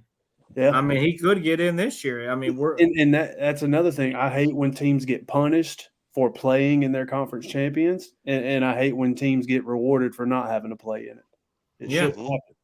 I think it matters to me. Yep. I mean, we look at all these SEC teams that didn't make their conference championship. They're not even in the conversation Nope. for a top 10 team. So, And think about it. Right now, with that being said, LSU with Jaden Daniels, 3 losses, or in the college football playoffs. I'm telling you right now, it would Look be out. scary. Yeah. Look out. With that I defense, mean, though, what we gonna do? You know what I mean? We'd have been in and we could score, but hey, you know what's But- funny? Barry but you thinks know, we all your draw, LSU haters, You and could be against in, LSU, you could be but in we the all pull playoffs for right LSU. now as LSU in a 12-man playoff. You could be in the playoffs right now, and your first draw in the first go-round could be Washington or Oregon. Ohio State. Y'all got a chance to win that ball game, but you're sitting there with 3 losses, but you're in the playoffs. That means that no matter what, that's another SEC team that in that round is going to be deadly. And then you got to say, well, what other squads could be in there? What would you do at first round? We got ACC, North Carolina versus LSU. Give me Missouri Now, over you Michigan. think about it. Exactly. So now I- you think about it. Missouri, Michigan in another bracket. Missouri upsets Michigan. Now you got LSU, Missouri. LSU come out on top. Y'all just made the semifinals. Yeah. and I heard all these people saying before this 12 game format came along, everybody was saying, "Oh, I don't want that. They mess up college football." And I'm Gonna like, make it "What? lovely. Gonna make it No, it lovely. won't. It's just going to make it better." Bring it on. I originally thought it was going to water down the regular season, but it's going to give you a buffer of losing one more game than you would have, but it's not Yep. going to water everything down. It's just going to make that postseason crazy, man. What it's not going to do is cause what's happening really to Alabama right now. You're a 1-loss team, and even though Ohio State got beat by Michigan, you still couldn't move up the charts. And the game that you played against Auburn, even though Auburn was not a ranked team, the game that you played against Auburn shows the competition level in the SEC which means you should have moved up compared to what Ohio State did with Michigan and the way they handled it, and they went down. But now, no matter what, Alabama can go in, beat Georgia, and Ohio State is still above them because of where you got Alabama ranked at. So when we start talking this SEC is an automatic bid, this is the one time where the committee can say, who told you that? We're the committee. We put the best 4 teams in college football in there. We ain't got nowhere where it says you're automatic. We've just been automatically putting you in there because, hell, it's been Georgia and Alabama. Who wouldn't? Jared, finish us off on this slide and let's get to talking about this playoff. I don't give a crap about Ohio State worth a crap. I don't give a put them in. I don't care. They're gonna get smoked. Damn. Look, man, we all know who the real 4 teams are. We get it. We understand. If Georgia loses and Washington loses, does Ohio State have an outside chance? Yeah, kinda, maybe. Hey man, give me Michigan or Ohio State. I don't give a crap. They're the same team. Give them to me. Give them to me. Get to the next slide because that's where the heat's at. Yeah. I agree. Even That's down here where in the old heat's sunny at. Florida, Let it's Jared pretty get that cold heat. right now, and the heat is on in the house. So let's turn the heat on the Chopping Block podcast. Who is in and who is out? Dylan Milroe. I'm going to give you 2 questions, and all you other guys will have these same 2 questions. All right. What is your absolute perfect scenario for your Final Four, and what is your disaster scenario for your Final Four? And what I mean by disaster, I don't want you to think that necessarily means disaster for you, but maybe disaster for college football. But give me your Final Four. Dylan Milroe, go.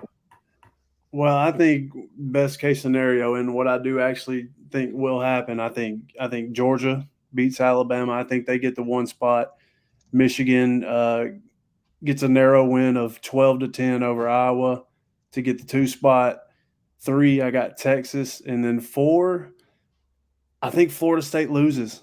I think they actually lose that game head up. So I think who did I say? Texas at 3, so Oregon at 4. I think Oregon, with a dominant win, they'll get in. That's what I think is going to happen. That's what I want to happen because I like those matchups. I think the games would be fun. The disaster one, man, would be Florida State without their quarterback getting in, Alabama finding a way to get in, maybe Washington at 13-0. Like, I feel like if those teams are in, it's just not going to be that – it's not great matchups. It's all offenses. And it's just – I don't think I'd like the product that those teams would bring matchup-wise. The original 4 that I said, I think it'd be 3 great games, the semis and then the final. So, Craig. Georgia, Michigan, Oregon, Florida State. Florida State ain't going to lose, and you can't deny them. I don't know how you could. Worst case scenario, Alabama even getting a sniff with their retarded Bammer math, trying to figure out strength of schedule. I love watching the smoke rise from their ears when they try to break a calculator out and figure stuff out. It's hilarious to watch, by the way. Yeah.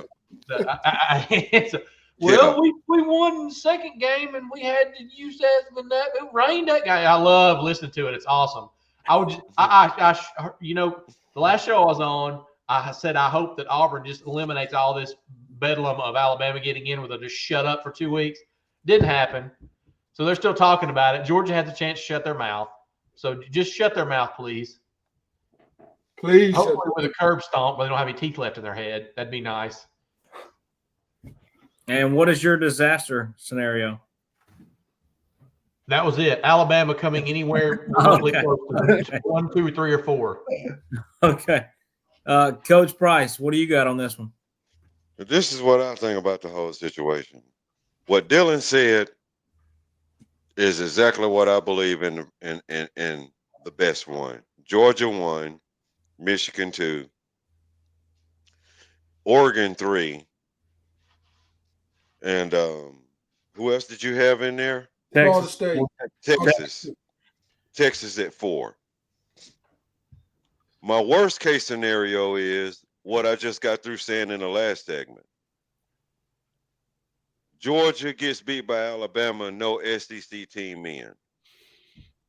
Bump Ohio State up. Now you got Michigan 1. You got probably Florida State at 2. You have Oregon at 3.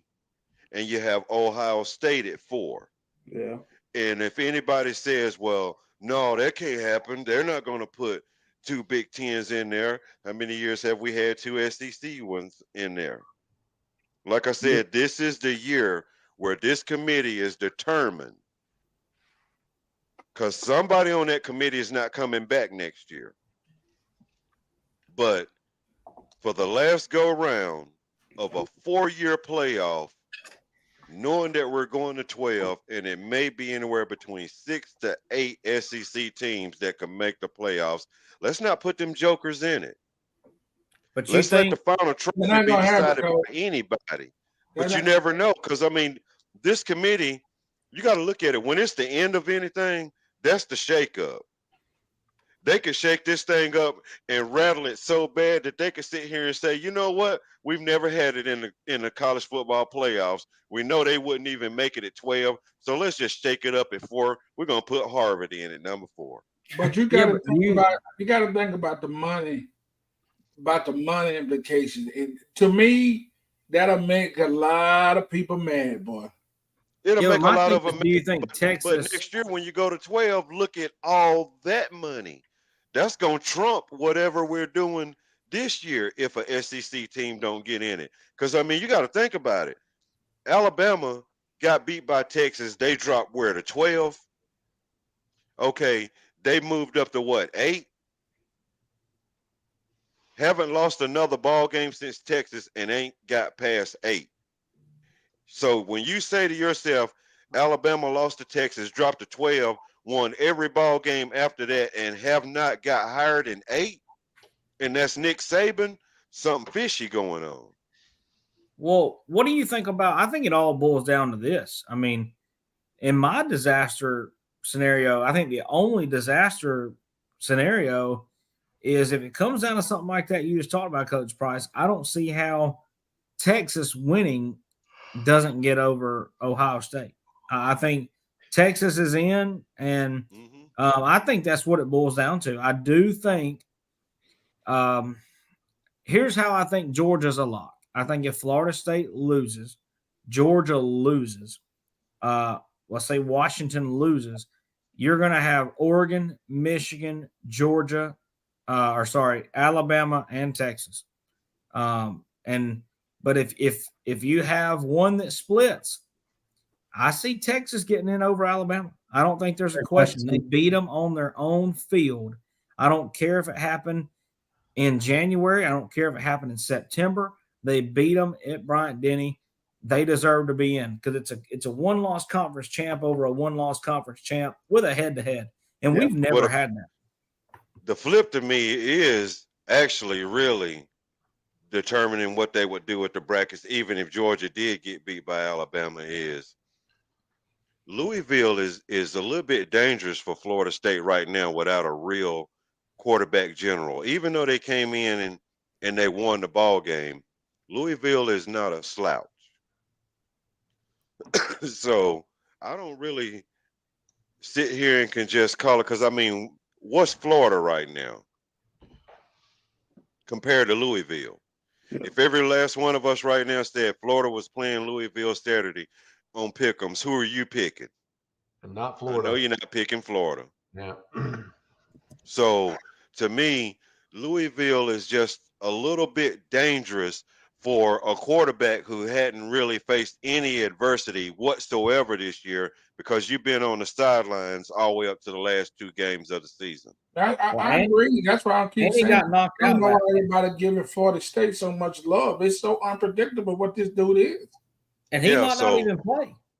And like I said, to me, that's the shakeup. Well, we don't have Jared for this slide, which is very unfortunate. What happened to him? He had to go to work. I was about to say he either that or he went off to the deep end. But Barry, what do you got to say on this? I want to hear your Man, I everybody said it all. You know what I mean? I think Georgia's going to. I think Georgia's going to win. You know, Michigan. Let's see, Oregon, and I just don't. I don't know. Maybe is it possible for Texas? I just don't think that Florida State going to be in the playoffs. I think Texas is dangerous. I think they really Yeah. are. I just don't see. Do y'all actually use your brain? Do you actually see Florida State in the playoffs? I don't. I do not know, but if they win, Only they're if in. they win. When they're If in. they win, they're in, because there's no way that committee is going to let an SEC team undefeated stay out. yeah, You know, And that's because going to be the biggest. They're going to get killed that game. The first They game. might. They got the resume, you know. they bet. Yeah. They do, but they better win that game. They by got to. 20. They have to look good. Yeah. Yeah. And I don't think that they can go out and dominate Louisville like that. And like I said, Alabama got beat by Texas when they were ranked what, 3? Yeah, I think. Dropped to 12 and hadn't got past 8. And that's a Nick Saban squad that hadn't lost a ball game since they were 3. So why is it that Alabama has not lost a ball game since getting beat by Texas, and y'all can't get any higher than 8? And then But Ohio State, you go out, you beat Notre Dame, who didn't have enough men on the field. You go out in other ball games, and they're that close, and you come out with a win. You know, Penn State, you struggling with the rest of them, but you come out with a win. Struggle So with okay, Maryland. Ohio State, yeah, even Maryland, you barely escape, but then you come out and you get thumped by Michigan for the 3rd year in a row, and you only dropped a 5, but yet and still, that Iron Bowl was another classic in college football. Then when you're looking at football on TV in March on the SEC network and they're showing SEC classics, this will be one of the games. But yet and still, that's a Nick Saban team that came and won the game with 32 seconds left in the ball game on 4th and goal on the 31-yard line. And Nick Saban pulled that out the hat, won the ball game, but he can't get no higher than 8. But coach, that game was like a fluke. No, That it's the Iron Auburn Bowl. game, that Iron Bowl, man. Come on, dude. If that dude had just called the damn punt, What's LSU's biggest rivalry? I'd say Bama. But a lot of Okay, people so won't. but what was their rivalry game Saturday? Oh, who we played Saturday? I forget who we played Saturday. Mississippi Texas State. A&M. Was it Mississippi State? No, it was A&M. A&M, wasn't it? A&M. Not Saturday, Okay. was it? I can't even remember it. So now you think about that in perspective. LSU, Texas A&M, fired Jimbo Fisher, $76 million buyout, and that game had nowhere near the excitement and had you on the edge of your seat than Alabama Auburn. But And I can coach, sit here and tell they you only that beat South Texas Florida by. A&M, But coach, they beat. but even though they only beat South Florida by that many points, you got to look at it though, B. It was early in the season, game number 2, but they haven't lost. And then he came and won the Iron Bowl. The Iron Bowl carries weight. That's the one ball game to where if Alabama was ranked number 1 and Auburn was ranked 101 and Auburn beat them, Alabama don't have a chance. That's the same ball game that if Auburn was ranked number 1 and Alabama was ranked 101 and they went and beat Auburn, Auburn don't have a chance. But where That's how would much you put? that Where would means. you put Alabama right now? I would actually say Alabama to me would probably be hovering around 5 or 6. So that ain't nothing but a couple of spots, you know.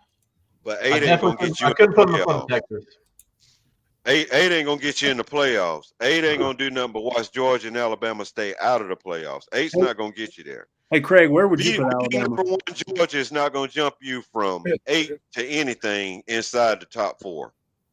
I love my Auburn football team, and I know Jordan Hare has some weird stuff going on. Alabama got their tails kicked Yeah. for 59 minutes and 32 seconds to a team they were favored to beat by 17 points. So that's where I put Alabama. They don't belong to be 8. They lost to Texas. They've been a struggle bus all year. They got hit a stride and won a couple games. And I'm not one to talk about underachieving because if you remember what happened in the debacle before, New Mexico State just curb stomped us the week before. Well, see, I'm giving just Nick Saban, Yeah. you know, with the way he can politic it. I'm giving Nick Saban personally can jump his team 3 slots. You might hate Nick And Saban worse than me, Coach, and that's saying a lot. And he ain't moving. You see what I mean? Nick Saban can't even jump his team. So somewhere along the lines, they're trying to keep the SEC out of it. The Iron Bowl will get back to what it was in the 2009, 10, 13, 15 when it was number 2 versus number 4, number 1 versus number 3. And, I mean, those games, you know, the winner of that game won the national championship every year for like 3 years. Well, nobody from Alabama wants to hear this. 12, 13, and 14. But I'll be honest with you. I think after the Iron Bowl this past Saturday and the way Hugh Freeze is going to do in recruiting in this offseason, I really do think Auburn will beat them next year. I hope so. There ain't nothing sweeter than taking a win in Tuscaloosa, baby. It don't happen very often. That's what I'm saying. That's where the weird things happen. If that happens, I will change my ways and be an obnoxious Auburn fan, which I am not right now. I will troll the ever-loving piss out of them. Because I'm telling you, they that close, man. And it just so happened that they're going back to Tuscaloosa. You got Hugh Freeze over there. You got this transfer portal that's out of this world. And Hugh is taking advantage of it because he's literally freezing all of the paths for somebody to get some of these players. And he's pulling them. And I'm telling you, dude, that next year, now I'm not saying it's going to kill Alabama and kill their season. But for them to think that they're going to be able to beat Auburn forever, you're wrong. So I think that if any year that is going to happen, I look for next year to be the year that Auburn could come in Tuscaloosa and upset Alabama, period, because you got to look at what Alabama is actually also going to be losing this year. And for them to sit and say, oh, we're not worried about it because we got so-and-so that's backing so-and-so up. Dude, they look just as bad. If Auburn hiring Hugh Freeze didn't put a chill in Alabama fans' spine, then they are retarded. It did. They are retarded. And Nick Saban is 143 years old. That should also put a chill in their spine. Other than LSU and Brian Kelly and what he did last year with LSU, with Alabama, the last one that had a real threat to Nick Saban was Hugh Freeze at Ole Miss. Jimbo didn't do nothing but come in with a drunk Johnny Manziel. He ain't did crap since then. But the only person that was consistent, the only person that was consistent against Alabama and Nick Saban in the SEC West was Hugh Freeze and Gus Malzahn. Malzahn, but you know, I mean, Saban's record at Jordan Hare is not good. He's under 500. Hey, and look at the worst loss. It was his first year, but look at the worst loss Kirby's had at Georgia. He got absolutely ripped apart by Hugh Freeze. I was at that game. Mm-hmm. Well, fellas, we don't have any time left for these college football pick'ems, but on Friday night, I encourage all those that are watching, if you want 2 weeks off. If you want a nice little lead into your betting on Friday night, join us Friday night at 7 p.m. We'll release our picks to you here on the Chop and Block podcast. I think we can go live on Friday night. It shouldn't be no problem.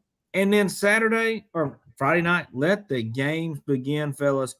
Best week in college football besides the first week. It's conference championship week.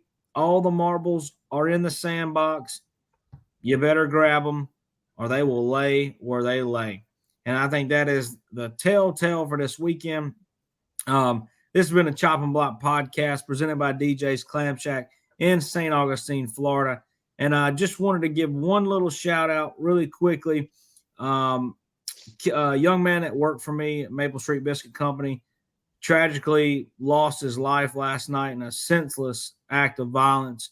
So my thoughts and prayers of the Chop and Block podcast go out to Trey Lyons and his family. Just a heartbreaking thing that we don't normally have here in St. Augustine, Florida. So prayers and thoughts out to that family. But join us tomorrow night for Beast of Cane's NFL show, which we took a week off for Turkey Day, and we had a lot going on. We had football on Thursday, Friday, Saturday, Sunday, Monday, and it was great. So now we're back with the NFL show tomorrow. And then join us Friday night for the college football pick'em right before we watch the Pac-12 championship and the Heisman Trophy ceremony. Could be. But thank you for joining us tonight. Dylan, send us home as always. Drop that shit. Yeah, we about to do it. Watch us get into